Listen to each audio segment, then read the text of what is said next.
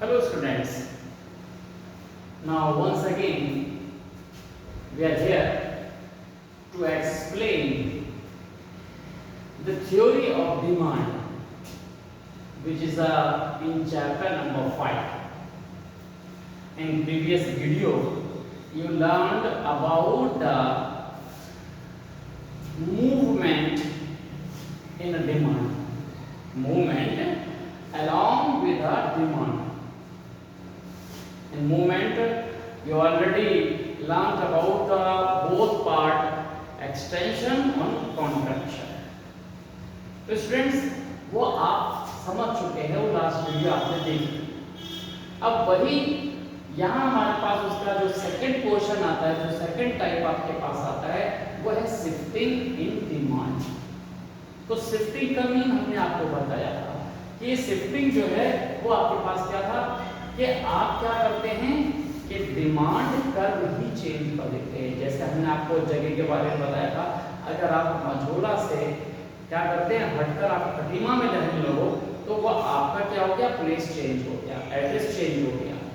तो जब हम इस तरह की बात करते हैं तो हम कहते हैं कि हमने शिफ्ट कर दिया मझोला से खटीमा, अब हम खटीमा रह रहे हैं, तो इसका मतलब आपने जगह को चेंज कर दिया। तो वही चीज हमारे पास यहाँ आती है शिफ्टिंग में कि हम डिमांड कर्व को ही चेंज कर देते हैं। तो शिफ्टिंग एंड डिमांड का मीन आप समझ में आ गया। और ये शिफ्टिंग ऑफ जो डिमांड है वो किसके वजह से होता है, ये भी इंपॉर्टेंट है आपके पास। क्यों? तो क्या आपने इससे पहले जो मूवमेंट पढ़ा था उसमें देखा कि उसमें प्राइस के चेंज की वजह से आपके पास दिखाई देता था। दो चीजें उसमें थी, आपके पास एक्सटेंशन था, कॉन्ट्रैक्शन था, और वो केवल प्राइस के चेंज होने की वजह से होता है। तो यहाँ पर भी दो चीजें हैं, वो एक आप यहाँ समझ लीजिए कि यहाँ पर क्या है, इंक्रीज इन डिमांड। यहाँ पर क्या है आप देखेंगे कि इंक्रीज इन डिमांड,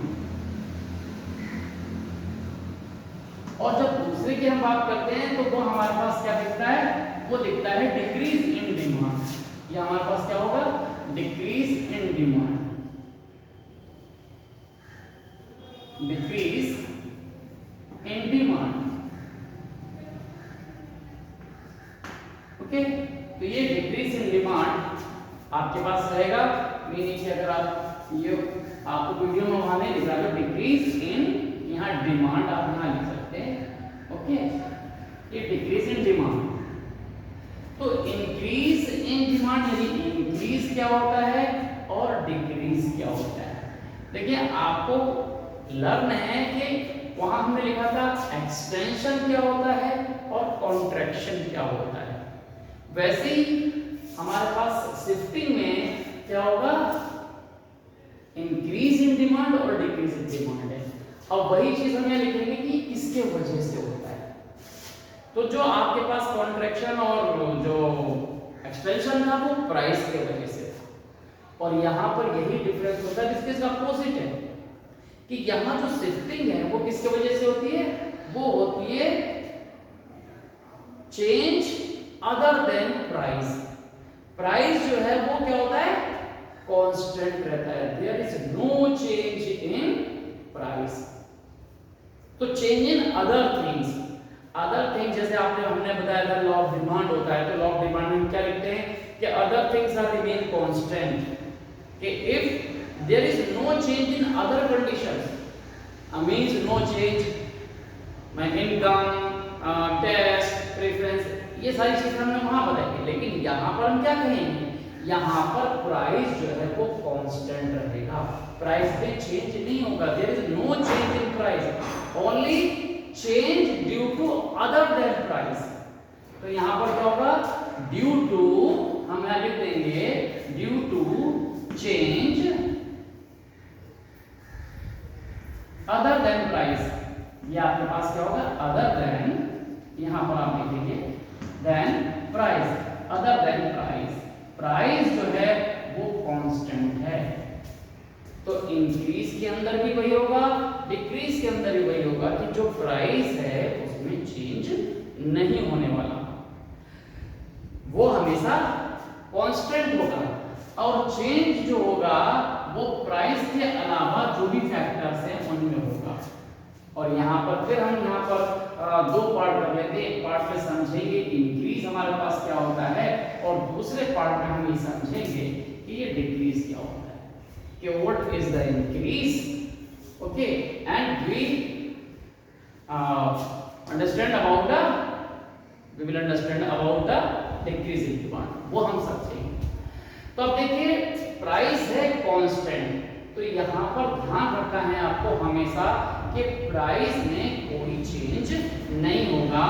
ये अगर हम यहाँ पर शॉर्ट टर्म में लिखते हैं कि प्राइस जो है वो इसमें क्या होता है, वो कांस्टेंट होगा, उसमें कोई भी चेंज नहीं होगा, कांस्टेंट। ये आप देखें प्राइस जो है वो कांस्टेंट होगा। अगर किसी आर्टिकल का प्राइस 10 रुपए है तो वो 10 रुपए ही रहेगा, 20 रुपए तो 20 रुपए ही रहेगा, उसमें चेंज नहीं होगा। अब चेंज किस में होगा, प्राइस के अलावा बहुत सारी चीजें हैं। एक कंज्यूमर की इनकम में चेंज हो सकता है, ओके, या उसके टेस्ट और प्रेफरेंसेस में चेंज हो सकता है, फैशन में चेंज हो सकता है, ज्योग्राफिकली कंडीशन में चेंज हो सकता है, इन सब में चेंज हो सकता है। तो चेंज किस में नहीं होगा, प्राइस में नहीं होगा। तो पहला हमारे पास जो इंक्रीज है, इंक्रीज का मतलब होता है एक्सपेंशन में बढ़ना। तो बढ़ना, तो ये हम किस चीज का बढ़ना, जो क्वांटिटी है उसका बढ़ना, लोग ज्यादा खरीदने लगते हैं, तो वो हमारे दिमाग में होना चाहिए कि किस चीज से हमारे जो डिमांड है वो बढ़ जाती है। तो वो सारे फैक्टर्स यहाँ होंगे जिनसे हमारी डिमांड बढ़ेगी, एक प्राइस को छोड़ के। प्राइस हमें नहीं लिखना है, क्यों, क्योंकि वो कांस्टेंट है यहाँ पर, इसीलिए हमने लिख दिया है कि due to change other than price. तो यहाँ हम पहला लेते हैं कंज्यूमर की इनकम को हम एग्जांपल बना लेते हैं कि कंज्यूमर की इनकम बढ़ रही है या फिर घट रही है, कि अगर कंज्यूमर की इनकम बढ़ेगी तो क्या होगा और कंज्यूमर की इनकम घटेगी तो क्या होगा। तो ये जो इफेक्ट है, इसका इफेक्ट जब पड़ेगा वही हमारे पास यहाँ इंक्रीज और डिक्रीज को दिखाएगा।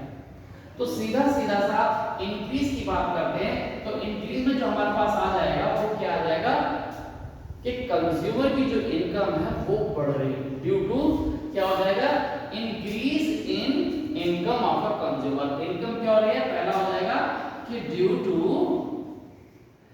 इंक्रीज इनकम, जो इनकम है वो बढ़ रही है ऑफ कंज्यूमर, कि कंज्यूमर की जो इनकम है वो बढ़ गई। अब कंज्यूमर की इनकम बढ़ गई तो पहले वो क्या करता था, किसी भी आर्टिकल की कम क्वांटिटी खरीदता था, अब वो क्वांटिटी ज्यादा खरीदने लगेगा। सीधी सी बात है कि अगर हम इसको डायग्राम से शो करें तो बहुत आसानी से आप कर सकते हैं। ये देखिए हमारे पास हमने यहाँ पर लिखा है लाइक दिस, कि ये हमने डायग्राम यूज किया, इस तरह से हम इसको यहाँ पर यूज कर रहे हैं। डायग्राम को हम यहाँ लेकर चल रहे हैं कि ये आपका प्राइस है, okay, there is a price on y axis and we take the quantity on x axis। Quantity means हम शॉर्ट फॉर्म से क्वांटिटी क्योंकि y लिखते हैं, और ये जो हमारे पास क्या है, एक डिमांड कर्व है, और ये डिमांड कर्व देखिए लाइक दिस, कि ये हमारे पास क्या है, डिमांड कर्व। ये D और D डिमांड कर्व है, और इस डिमांड पर एक प्राइस है, इस प्राइस पर देखेंगे ये OP प्राइस है, और यहाँ पर एक क्वांटिटी आपकी खरीदी जा रही है, OQ क्वांटिटी खरीदी जा रही है, और यहाँ से एक कंडीशन हमें दिख रही है। ओके, अब देखिए यहाँ पर प्राइस OP ही रहने वाला है, कांस्टेंट है। लेकिन अगर कंज्यूमर की इनकम बढ़ गई, अभी मान लीजिए कंज्यूमर की इनकम कितनी थी, 5000 थी, कि 5000 इनकम थी, अब उसकी इनकम बढ़ के हो गई 10000। तो 10000 का मतलब क्या है कि वो जो क्वांटिटी OQ खरीद रहा था अब वो और ज्यादा खरीदेगा, और ज्यादा खरीदेगा, तो वो किस तरह से होगा कि जो डिमांड कर्व है वो आगे तक शिफ्ट हो जाएगा, और ये जो प्राइस है ये है कांस्टेंट। देखिए ये बिल्कुल हमने पैरेलल बना दिया x एक्सिस के, तो ये प्राइस जो है वो चेंज नहीं होगा। जो चेंज होगा वो केवल इनकम में हुआ है। इनकम की चेंज की वजह से अगर तो उसका जो डिमांड कर्व है अब चेंज हो जाता है। वो क्या हमारे पास आ जाएगा, लाइक दिस। ये डिमांड कर्व इस तरह से आपके पास आ जाएगा, देखिए लाइक दिस। अब ये जो डिमांड कर्व है, पहले जो D था, अब D1 और D1 ये टर्म, और जो कंडीशंस हमारे पास आई वो आ गई B सिचुएशन, और यहाँ उसकी जो क्वांटिटी है वो आप देख रहे हैं कि OQ1 हो गई, OQ से OQ1 हो गई, और कंज्यूमर ने क्या किया, A सिचुएशन से वो B सिचुएशन पर पहुंच गया। ओके, तो यहां पर एक कंज्यूमर का इस A कंडीशन से B कंडीशन तक जाना, यानी शिफ्ट हो जाना, A से शिफ्ट हो गया वो B पर, क्यों, क्योंकि अब कर्व चेंज हो गया। इससे पहले जब आपने एक्सटेंशन पढ़ा था तो उसमें कर्व चेंज नहीं होता था।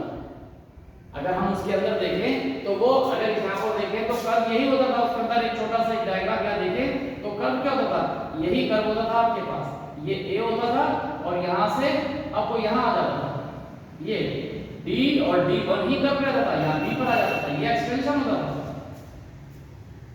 लेकिन यहाँ पर क्या है, ये एक्सटेंशन ना होके ये आपके पास क्या है, इंक्रीज है। तो ये डिफरेंस होता है दोनों में कि कर्व जो है वो आपके पास यहाँ पर क्या होगा, चेंज हो जाएगा। जब भी इंक्रीज होगा कर्व चेंज हो जाएगा। तो इस तरह से आप क्या देख रहे हैं कि ये जो हमारे पास प्राइस लाइन है वो हमारे पास कांस्टेंट रहती है, there is no change in price at same place at Q, Q1, इन दोनों जगह पर प्राइस जो है वो बिल्कुल सेम है। OP ही प्राइस यहाँ है ये कंडीशन पर और B पर भी वही प्राइस है, लेकिन क्वांटिटी डिफर हो गई, क्यों, क्योंकि कर्व ही चेंज हो गया। तो कर्व के चेंज होने से हमारे पास जो है क्वांटिटी चेंज हो गई, इसीलिए हम इसको बोल देते हैं शिफ्टिंग। तो यही हमारे पास क्या कहलाता है, अगर हम इसको देखें तो ये हमारे पास कहलाता है इंक्रीज इन डिमांड कर्व। इसी को हम बोलते हैं increase in demand curve, like this. Okay, तो ये आपको समझ में आ गया कि इंक्रीज जो है वो इस तरह। अब यहाँ पर देखिए तीसरा पॉइंट हमारे पास क्या आ सकता है, बिल्कुल हम वैसे ही समझ रहे हैं जैसे हमने पिछला समझे थे कि ये जो हमारे पास जो देखिए इस तरह से यहाँ से यहाँ जाना, ये क्या हो गया, ये जो फॉरवर्ड है ये हमारे पास शिफ्टिंग हो जाती है। तो ये जो हमारे पास शिफ्टिंग है इसको आप क्या बोल देते हैं, फॉरवर्ड शिफ्टिंग, कि ये आगे की तरफ चला गया। तो ये हमारे पास यहाँ पे आप लिख देते हैं कि ये जो हमारे पास आ जाती है फॉरवर्ड, ओके, ये फॉरवर्ड शिफ्टिंग हमारे पास कहलाती है, लाइक दिस। ओके, या इसी को आप क्या बोल देते हैं, अगर हम यहीं पर वर्ड ले लें तो ये हो जाएगा क्या, right word shifting. Right word हो गया, ये राइट की तरफ हो गया, ये इसी को आप क्या बोल देते हैं कि ये आपके पास क्या हो गया, राइट वर्ड। ये आगे की तरफ हमारे पास ये शिफ्ट हो गया, right word shift. Okay, right word shifting हमारे पास हो गई। तो इस तरह से हमारे पास क्या होगा, ये आपको याद रखना है कि इसे हम क्या बोलेंगे, या तो फॉरवर्ड बोल देंगे या फिर हम इसको राइट वर्ड शिफ्टिंग कहते हैं, या आगे की तरफ बढ़ जाता है, कर्व इस तरह से होता है। अब वही चीज हमारे पास क्या आएगी, ये आएगी किसमें, डिक्रीज इन डिमांड में आएगी। तो डिक्रीज इन डिमांड में भी वैसे बिल्कुल आपको करना है कि पहले आपने क्या दिखाया था कि जो इनकम है वो क्या हुई थी, इंक्रीज हुई थी। इनकम हमेशा इंक्रीज होने पर ये सारी चीजें आपने यहाँ शो की। अब आपके पास इनकम इंक्रीज की जगह अगर यही पोर्शन हम यहाँ देखें, डिक्रीज इन इनकम, इनकम क्या हो रही है, डिक्रीज हो रही है, तो यहाँ पर आपके पास क्या हो जाएगा, पहला पॉइंट आ जाएगा ड्यू टू, क्या होगा, यहाँ आप लिख देते हैं ड्यू टू डिक्रीज, ये क्या हो जाएगा, डिक्रीज, ओके,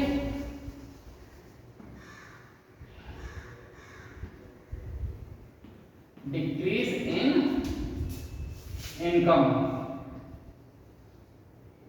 इसको ऊपर लिख देते हैं, ओके।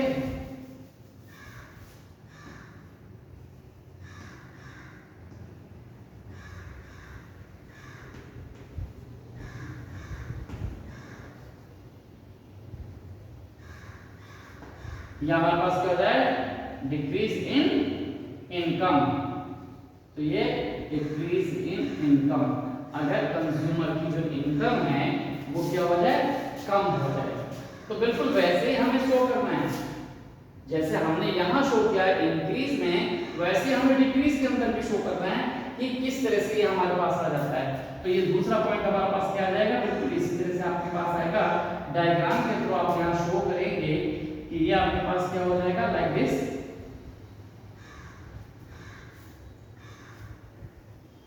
क्वेश्चन दोनों का डिफरेंस भी पूछा जाता है तो आप उसको अच्छी तरह से समझ लीजिए। If in examination ask about the difference between the increase and the decrease of जो इनकम है उसका आप इफेक्ट दिखाएं तो आप यहाँ पर दिखा सकते हैं लाइक दिस।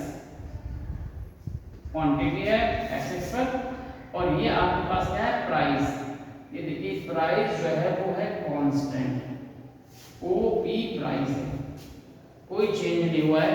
और अभी जो कंज्यूमर है वो कहाँ है, वो यहाँ है। याद रखना है कि जब आप जिस चीज को दिखाते हैं वो दिमाग में होना चाहिए, क्योंकि अब आपके पास क्या है, क्योंकि डिक्रीज होने पर डिमांड कम होगी। तो डिमांड कम होगी तो हम क्या करेंगे, कर्व को पीछे की तरफ बैकवर्ड शिफ्ट करेंगे। तो हमारी इनिशियल कंडीशन जो पहली कंडीशन है वो क्या होगी, फॉरवर्ड आगे की तरफ होगी। और ये ए कंडीशन है और यहाँ पर ओ क्यू क्वांटिटी खरीदी जाती है। ओपी प्राइस पर O Q quantity consumer purchase कर रहा है। ओके, और अब क्या होता है कि कंज्यूमर की जो इनकम है वो हो जाती है डिक्रीज। अगर डिक्रीज हो जाएगी तो ये जो कर्व है डीडी कर्व ये बैकवर्ड की तरफ पीछे की तरफ आ जाएगा और इस तरह से हमारे पास एक ही डायग्राम बनेगा लाइक दिस। ये हमें देखना है इस तरह से, ये आपके पास एक डायग्राम आ जाएगा। और डायग्राम बनाते समय थोड़ा सा ये भी ध्यान रखना होता है कि जो डायग्राम होते हैं, जो ये कर्व होते हैं वो पैरेलल लगभग ऑलमोस्ट पैरेलल होते हैं। तो ये इस तरह से एक दूसरे पर ये दिखाई देगा। ये D1 कर्व आपके पास आया, ये कंडीशन हो गई बी कंडीशन। और यहाँ पर Q1 क्वांटिटी आ गई। तो आप देख रहे हैं यहाँ पर कि इनकम के डिक्रीज होने से ये जो पर्सन पहले जो ये OQ क्वांटिटी खरीदता था अब ये OQ1 क्वांटिटी खरीदता है। क्यों, क्योंकि अब उसकी इनकम कम हो गई, इसीलिए ये बी पर आ गया। और यहां से ए से इस बी पर बैक आना, इसी को हम बोल देते हैं डिक्रीज इन डिमांड। यही हमारे पास कहलाता है डिक्रीज इन डिमांड। तो ये आपके पास आ जाता है डिक्रीज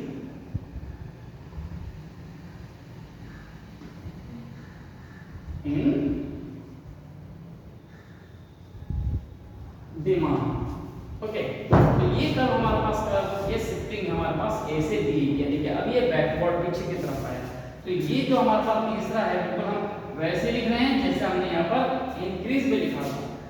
और ये आपके पास क्या हो जाएगा, बैकवर्ड हो जाएगा। बैकवर्ड का मतलब बैकवर्ड से पीछे की तरफ आएगा। तो ये डिफरेंस है, इसे हम बोल देते हैं बैकवर्ड शिफ्टिंग। बैकवर्ड शिफ्टिंग या इसी को हम बोल देते हैं लेफ्टवर्ड।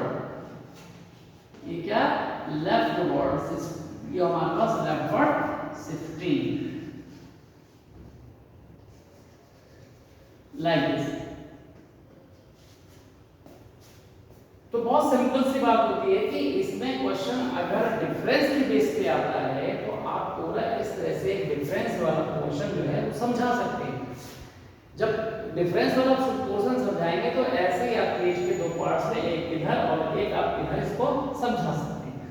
तो इस तरह से हमारे पास क्या होता है कि ये आसानी से समझ में आपको आ भी जाएगा और बता भी देंगे। तो इंक्रीज होने पर हमेशा क्या होगा आपके पास, अगर कंज्यूमर की इनकम इंक्रीज होती है तो इंक्रीज इन डिमांड, और अगर कंज्यूमर की इनकम डिक्रीज हो जाए तो डिक्रीज इन डिमांड। तो ये increase and decrease in demand की बात करते हैं। और इसी का जो दूसरा नाम क्या है, शिफ्टिंग इन डिमांड को क्या बोलते हैं, चेंज इन डिमांड। ये चेंज इन डिमांड भी कहलाता है आपके पास, इसको हम बोल देते हैं चेंज इन डिमांड। अगर आप देखें तो इसे आप चेंज इन डिमांड भी इसी को बोल देते हैं, चेंज इन डिमांड। ये आपको समझना है। और इससे पहले हमने जो आपको बताया था, जो मूवमेंट वाला था, उसे हमने क्या कहा था, वो कहता है चेंज इन क्वांटिटी डिमांड। उसमें क्वांटिटी ही चेंज होती थी, और इसमें डिमांड कब चेंज हो जाता है, डिमांड चेंज हो जाती है तो डिमांड कब चेंज हो जाता है। इस वजह से इसको चेंज इन डिमांड बोलते थे, और इससे पहले जो आपके पास था उसे चेंज इन क्वांटिटी डिमांड बोलते थे। तो ये बात आपको समझ में आ गई। तो इस तरह से ये आपके पास पूरा हो जाता है कि शिफ्टिंग इन डिमांड का जो कॉन्सेप्ट है वो आपको अब समझ में आ गया होगा। Okay, thank you.